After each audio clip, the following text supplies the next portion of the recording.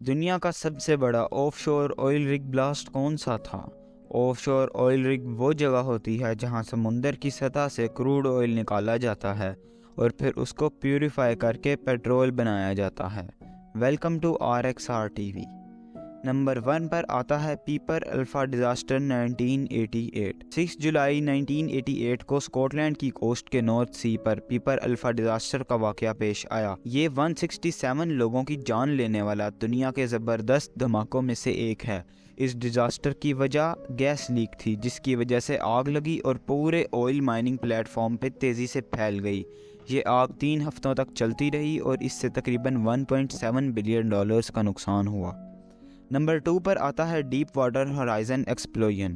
20 April 2010 میں golf of Mexico میں deep water horizon دھماکہ ہوا۔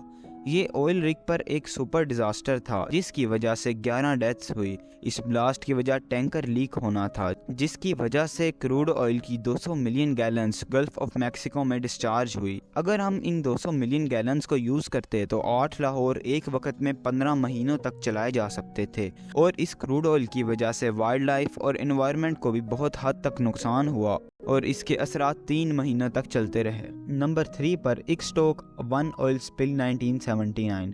بے آف کیمپچی میں جون 1979 میں ایکٹوکس 1 آئل سپل ہوا۔ سمندر میں موجود آئل رگ پھٹنے کی وجہ سے 3 million barrel crude oil golf of Mexico میں ضائع ہو گیا، جس کی وجہ سے فشنگ انڈسٹری بہت حد تک افیکٹ ہوئی اور اس کے افیکٹ 9 مہینوں تک چلتے رہے۔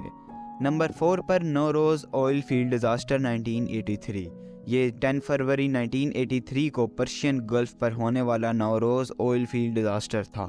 سمندر میں موجود آئل رگ پر ایک دھچکے کی وجہ سے 80 ملین بیرلز پرشین گلف میں گر گئے، جس کے نتیجے میں بہت سی جانیں بھی گئی اور سمندر میں drivers for this success. Our consistently strong safety performance not only protects the health and safety of people. Number 5 پر ایکو فش ٹینکر ایکسیڈنٹ۔ یہ 15 دسمبر 1977 کو نارتھ سی میں ہونے والا ایکو فش ٹینکر ڈیزاسٹر تھا۔ اس کی وجہ سے 123 لوگ مر گئے اور 28 ملین بیرل گیلنز پانی میں گر گئی۔